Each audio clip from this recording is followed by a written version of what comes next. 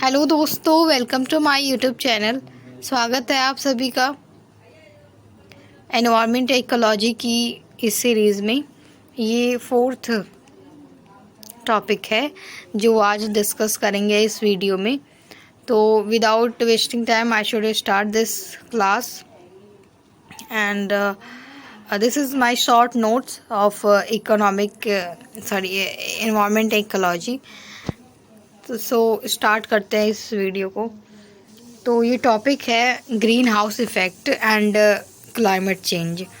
तो इसमें दिखा गया है, यहाँ पे देखिए, ये सन जो है, सन की रेज़ पड़ती हैं यहाँ पे पृथ्वी पे, और फिर ये रिफ्लेक्ट होके पृथ्वी के धरातल से ये परावर्तित होके ये वायुमंडल में फिर से वापस चली जाती हैं। तो इसमें देखिए, इसे पार्थिव विकिरण कहा जाता है। और जो मतलब इसमें ये है कि वे किरणें जो वापस वायुमंडल में चली परावर्तित हो जाती हैं, उसे अल्बीडो कहा जाता है। जैसे कि आप लोग देख सकते हैं, मैं नोट कर देती हूँ एक मिनट। ये यहाँ पे ये जो है अल्बीडो होता है, यहाँ से आ रहा है और यहाँ से सीधे परावर्तित होके चला जा रहा है, तो इसे अल्बीडो कहा जाता है।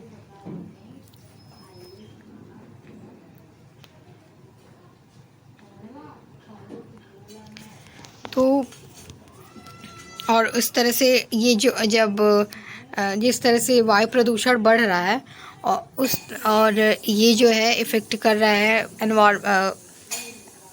एनवायरनमेंट को, साथ में एटमॉस्फेयर को इफ़ेक्ट कर रहा है, और इससे ग्रीन हाउस इफ़ेक्ट प्रभावित हो रहा है और ग्लोबल वार्मिंग बढ़ रहा है और टेम्परेचर बढ़ रहा है पृथ्वी का। तो चलिए इसमें से पढ़ते हैं। तो ग्रीन हाउस गैसों का योगदान जो है वो है, तो इसमें से जलवाष्प होते हैं। ग्रीन हाउस गैसों में कौन सा इसकी संरचनात्मक इकाई देखिए, इसमें CO2 होता है 66%, CH4 मतलब मीथेन 16%, CFC क्लोरोफ्लोरोकार्बन 8%, और साथ में जलवाष्प भी होता है, मतलब कि ह्यूमिडिटी होती है। और नाइट्रॉन ऑक्साइड होता है 7%, N2O, और HCFC भी होता है 2%, हाइड्रोक्लोरोफ्लोरोकार्बन। और जो ग्रीन हाउस गैस की संकल्पना थी वो जोसेफ फॉरियर के द्वारा की गई थी 1824 में। फिर देखिए, यहाँ पे प्राकृतिक रूप से पाए जाने वाली ग्रीन हाउस गैस सर्वाधिक इफेक्ट जो है वो जलवाष्प डालती है। फिर ऑर्गन जैसी नोबल गैसें ग्रीन हाउस गैस के लिए उत्तरदायी नहीं होती हैं। ऑर्गन से इसका कोई लेना देना नहीं है। और सल्फर तथा नाइट्रोजन के ऑक्साइड सार्वत्रिक तापन जो है वो ग्लोबल वार्मिंग में योगदान नहीं करते हैं, सल्फर और नाइट्रोजन के ऑक्साइड। फिर धान के खेत, कोयला खदानें, घरेलू पशु वातावरण में मीथेन ग्रीन हाउस गैस के उत्सर्जन स्रोत हैं। इसमें से वेटलैंड भी है, आर्द्र भूमि जिसे कहा जाता है हिंदी में, वो भी है। और CO2 मतलब कि कार्बन डाइऑक्साइड गैस धरती पर जीवन के लिए हानिकारक एवं लाभदायक दोनों हैं। मतलब कि अगर इसकी अधिकता ज़्यादा हो जाए तो ये जो है वो पॉल्यूशन को बढ़ा देता है एटमॉस्फेयर की, और इससे ग्रीन हाउस गैसेस तैयार होती हैं, और इससे साथ में ग्लोबल वार्मिंग भी बढ़ती है, वैश्विक तापमान। और फिर इसका लाभ भी है कि ये प्रकाश संश्लेषण की प्रक्रिया में महत्वपूर्ण भूमिका निभाता है। तो इस तरह से ये लाभदायक भी है और हानिकारक भी है। कार्बन निषेचन, कार्बन फर्टिलाइजेशन, वायुमंडल में CO2 वृद्धि के कारण पेड़ पौधों में वृद्धि होना है। फिर जलवायु परिवर्तन के प्रमुख कारण जीवाश्म ईंधन का दहन है, अत्यधिक वनोन्मूलन है, मतलब वनों की कटाई, जबकि सौर धधक, सोलर फ्लेयर जो होते हैं वो जलवायु परिवर्तन का कारण नहीं होता है। और फसल अवशेष दहन से वायुमंडल में ग्रीन हाउस गैसेस की वृद्धि होती है, जिससे वायुमंडल परिवर्तन होता है, जैसे पराली जलाना, वहाँ पे हरियाणा और पंजाब में पराली जलाने से ये ठंड के मौसम में इंडिया मतलब कि इंडिया की राजधानी न्यू दिल्ली में इतना सारा मतलब काफ़ी ज़्यादा स्मॉग फैल जाता है और वहाँ पे तो काफ़ी ज़्यादा मतलब पॉल्यूशन है। और यहाँ पे देखिए दीमक की बॉम्बी और आर्द्र भूमि समुद्र हाइड्रेट्स मीथेन उत्सर्जन की प्राकृतिक स्रोत हैं। मीथेन का क्रिस्टलीय संरचना के रूप में बर्फ के समान जम जाना ही मीथेन हाइड्रेट होता है। फिर नेक्स्ट पॉइंट है, अब इसमें जो ग्रीन हाउस गैसेस वैश्विक तापन के प्रभाव क्या हैं। तो इसके सकारात्मक प्रभाव नकारात्मक प्रभाव क्या है। तो सकारात्मक प्रभाव पहले देख सकते हैं कि सकारात्मक प्रभाव की अधिक बादल बनते हैं, कार्बन डाइऑक्साइड वृद्धि में पादप की वृद्धि होती है, वाष्पोत्सर्जन दर में कमी आती है, पौधों द्वारा जल का उपयोग की क्षमता वृद्धि होती है। लेकिन इसके प्रभाव जो नकारात्मक हैं वो काफ़ी ज़्यादा है सकारात्मक से। तो नकारात्मक प्रभाव जो है यहाँ पे कि टेम्परेचर से पौधों में रोग भी हो सकता है। ज़्यादा टेम्परेचर से ग्लेशियर पिघलने लगते हैं, इससे तटीय जो भी मतलब देश होंगे उसमें ज़्यादातर तट स्थल जो होंगे वो जलमग्न हो जाएंगे। बाढ़ जैसी एवं सूखा में वृद्धि होगी। तटीय प्रदेशों का डूबना मैंने पहले ही इंक्लूड कर दिया है। फिर जैव विविधता का डिग्रेडेशन होगा, मतलब ये रिड्यूस होंगे। और फिर ये जो फसल उत्पादकता है इसमें भी कमी आएगी।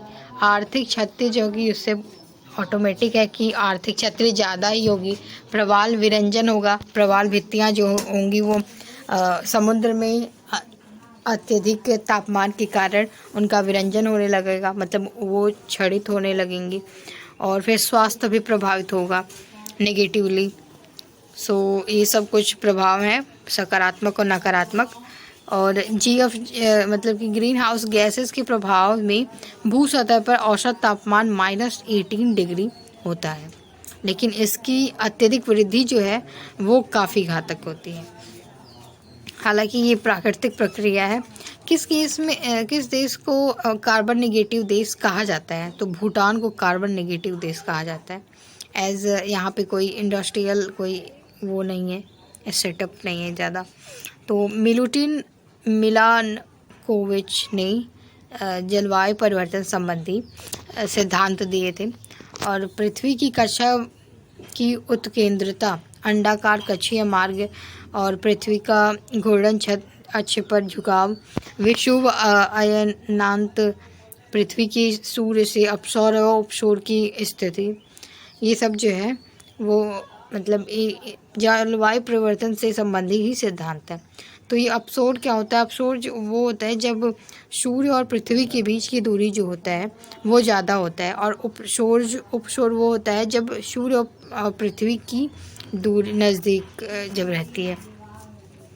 फिर जलवायु परिवर्तन का क्रायोजेनिक संकेतक आइसोकोर से प्राप्त होता है। तो आइसोकोर क्या होता है। आइसकोर जो है वो ग्लेशियर बर्फ की चादर को छेद कर प्राप्त किया गया नमूना है। और कार्बन प्राच्छादन, कार्बन का पेड़ पौधों और भूगर्भिक संरचनाओं एवं समुद्र में दीर्घकालीन संग्रहण करना है। पोर्टलैंड सीमेंट का एक प्रमुख CO2 उत्सर्जक है। UNFCCC की स्थापना पृथ्वी सम्मेलन 1992 में हुई, और किंतु यह 21 मार्च 1994 से प्रभावी हुआ। और इसका संबंध जो है वो ग्रीन हाउस गैसों की कमी की प्रतिबद्धता से। और जलवायु परिवर्तन पर UNFCCC भी कह सकते हैं इसको। इसका COP26 ग्लासगो में हुआ था, और COP27 जो इजिप्ट में हुआ था 2022 में। COP28 जो था वो UAE में हुआ था 2023 में। COP29 जो होगा वो कोऑपरेशन ऑफ पार्टीज, इसका मतलब फुल फॉर्म है। कोऑपरेशन ऑफ पार्टी 29 जगह वो ईस्टर्न यूरोप में ग्रुप में 2024 में होगा। तो यहाँ पे COP26 में पंचामित्र लक्ष्य जो बाय मोदी जी की पंचामित्र लक्ष्य उन्होंने साधा है। 2070 तक सकल शून्य कार्बन उत्सर्जन करना लक्ष्य है और 2030 तक गैर जीवाश्म नवीकरणीय ऊर्जा क्षमता 500 गीगावाट बढ़ाना है और 2030 तक ऊर्जा तापमान आवश्यकता का 50% जो है वो नवीकरणीय ऊर्जा से पूरा करना है। 2030 तक कार्बन उत्सर्जन में 1 अरब टन की कमी करना है। फिर नेक्स्ट यहाँ पे देख सकते हैं आप लोग कि movement for change climate neutral now, यह पहल किसके द्वारा शुरू की गई है? वह यह है UNFCCC के द्वारा। हरित जलवायु निधि जो है वो को UNFCCC के अंतर्गत स्थापित कोष है और जलवायु परिवर्तन से निपटने हेतु विकासशील देशों को सहायता देता है। क्योटो प्रोटोकॉल क्या है? क्योटो प्रोटोकॉल का जो संबंध है वो UNFCCC से है और यह 11 दिसंबर 1997 को स्वीकृत हुआ और लेकिन इसको जो एस्टेब्लिश मतलब इसको इम्प्लीमेंट किया गया है 16 फरवरी 2005 से क्योटो प्रोटोकॉल को। और फिर ग्रीन हाउस गैस के निकास को कम करने से संबंधित है अर्थात जलवायु परिवर्तन नियंत्रण हेतु। और यह बाध्यकारी समझौता है। कार्बन के क्रेडिट दृष्टिकोण आया और सूची प्रथम को सूची दूसरे से देखिए यहाँ पे कार्टाजेना प्रोटोकॉल जो है वो जैव सुरक्षा से संबंधित है, बायोडाइवर्सिटी सिक्योरिटी से। मॉन्ट्रियल प्रोटोकॉल ओजोन परत की सुरक्षा से संबंधित है कि ओजोन परत को कम एमिशन किया जाए, ये CO2 का और GFC जो भी ग्रीन हाउस गैसेज हैं उनका इमिशन कम किया जाए। फिर क्योटो प्रोटोकॉल जो है वो क्लाइमेट चेंज से रिलेटेड है। स्टॉकहोम सम्मेलन जो अनवरत जो जैविक प्रदूषक है उससे रिलेटेड है। फिर CMD क्लीन डेवलपमेंट मैकेनिज्म जो है वो ग्लोबल वार्मिंग से में कमी हेतु ग्रीन हाउस गैसेज उत्सर्जन नियंत्रित करने की प्रणाली है जो क्योटो प्रोटोकॉल के तहत सामने आई थी और इस प्रणाली के तहत देशों द्वारा कार्बन क्रेडिट प्राप्त किया जा सकता है। फिर UNEP द्वारा कॉमन कार्बन मीट्रिक किसके लिए विकसित किया गया? तो ये संपूर्ण विश्व में निर्माण कार्यों के कार्बन पदचिह्न का आकलन करने के लिए किया गया था। ब्लू कार्बन क्या? ब्लू कार्बन ये है कि महासागरों व तटीय पारिस्थितिकी तंत्रों द्वारा प्रग्रहित कार्बन जो है उसे ब्लू कार्बन कहा जाता है। अर्थात कार्बन सिंक करना, कार्बन अवशोषण करता है ये ज़्यादातर। उसमें जितने भी जलीय जीव पाए जाते हैं वो कार्बन को अवशोषित करते हैं। फॉर एग्जाम्पल प्लैंकटन जो होता है वो मछलियों का प्रमुख आहार होता है, समुद्री मछलियों का। Mangrove trees, mangrove one, mangrove forest. फिर नागोया प्रोटोकॉल जो है वो जैव विविधता CBD से संबंधित है और आनुवांशिक संसाधनों को प्राप्त करने एवं उनसे मिलने वाले लाभों को साझा करता है। और वर्ष 2005 में पहली बार जो है वो ग्लोबल वार्मिंग को रोकने के लिए कार्बन टैक्स लगाने का प्रस्ताव किया गया था 2005 में और न्यूजीलैंड के द्वारा ये इनिशिएट किया गया था। 2019 में घोषणा की गई थी सिंगापुर के द्वारा। फिर गहरी कार्बन वेधशाला जो क्या है वो है वैश्विक वैज्ञानिकों का समूह है जो पृथ्वी पर कार्बन की मात्रा, गतिविधि और उद्गम को समझने की दिशा में कार्यरत है। इसके तहत गहरी माइक्रोबियल पारिस्थितिकी तंत्र की क्षेत्रीय अवलोकन का कार्य संचालित किया जाता है। फिर देखिए नेक्स्ट टॉपिक है क्लाइमेट ग्रुप की स्थापना कब हुई थी? ये 2003 में हुई थी। इसके कार्यालय लंदन जो है, लंदन में है, न्यूयॉर्क में है, नई दिल्ली में है, बीजिंग में है, एम्स्टर्डम में है। फिर EP100 इसके तहत प्रारंभ की गई थी एक पहल है जो अब इससे क्वेश्चन आ सकते हैं कि EP100 किसके द्वारा पहल की गई? तो ये क्लाइमेट ग्रुप के द्वारा की गई थी पहल और ये 2003 में स्टार्ट हुआ था। भारत की राष्ट्रीय जलवायु पारिस्थितिकी तंत्र कार्य योजना जो है वो इसको शुरू किया गया था 30 जून 2008 को। इसमें 8 राष्ट्रीय मिशन शामिल हैं। पहला है राष्ट्रीय सौर मिशन, दूसरा है राष्ट्रीय ऊर्जा मिशन, तीसरा है राष्ट्रीय सतत पर्यावरण मिशन, और चौथा है राष्ट्रीय जल मिशन, पांचवा है राष्ट्रीय हिमालयी परिरक्षण मिशन, छठवां है राष्ट्रीय हरित भारत मिशन, और सातवां है राष्ट्रीय सतत कृषि मिशन, और आठवां है राष्ट्रीय जलवायु परितंत्र ज्ञान मिशन। और नेक्स्ट है कि अभिष्ट राष्ट्रीय निर्धारित अंशदान जलवायु परिवर्तन का सामना करने वाले देशों के लिए वैश्विक कार्य योजना है। भारत ने INDC के लक्ष्यों में निर्धारित किया है कि कार्बन सिंकों में वृद्धि किया जाए, और मतलब कि समुद्री तटीय जो कार्बन को सोखते हैं, और प्रदूषण का उपशमन करना चाहिए, और नवीकरणीय ऊर्जा को बढ़ावा देना, ऊर्जा दक्षता को बढ़ावा देना, फिर जो डेवलपमेंट ऐसा हो जो धारणीय किया जा सके।